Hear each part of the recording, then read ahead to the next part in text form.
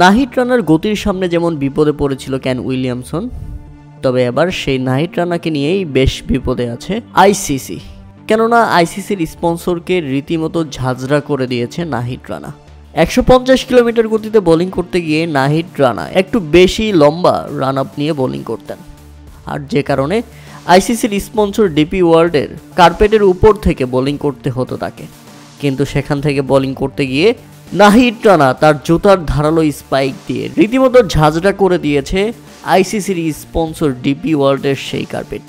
তাই তো বারবার রিপ্লাইতে দেখানো হচ্ছিল কিভাবে নাহিদ রানা তার পা দিয়ে ঝাঁঝরা করে দিচ্ছে ডিপি ওয়ার্ল্ডের বুক। আর এটা দেখানোর পর থেকেই অনেকের মনে প্রশ্ন জেগে উঠছিল, তবে কি এর জন্য স্পন্সর কার্পেট নষ্ট করার জন্য নাহিদ রানাকে কি জরিমানা গুনতে হবে?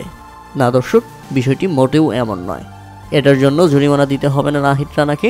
তবে নিউজিল্যান্ডের বিপক্ষে বাংলাদেশ হারলেও নাহিদ রানা নজর কাটতে ভুলেনি ইরফান পাঠানের। সামাজিক যোগাযোগ মাধ্যমে কেন উইলিয়ামসনের উইকেট নেওয়ার পর থেকেই নাহিদ রানা টাইম লাইনে চলে আসেন এবং সাথে সাথেই এক্সে টুইট করে ইরফান পাঠান লিখেন, নাহিদ রানা একদিন সেরা বোলার হতে পারবে এবং ভবিষ্যতে তিনি বাংলাদেশের তারকা বোলার হতে পারবে। তার হাইটের পাশাপাশি দারুণ পেস রয়েছে। তবে সবচেয়ে বড় ইম্পর্টেন্ট যে জিনিসটি সেটা হচ্ছে নাহিদ রানা ক্রিকেটে একটু দেরিতে এসেছে এবং আমি মনে করি তার আশেপাশে যেসব কোচরা আছে তারা যেন তাকে সবসময় নজরে রাখেন এবং কঠোর যত্ন নেন।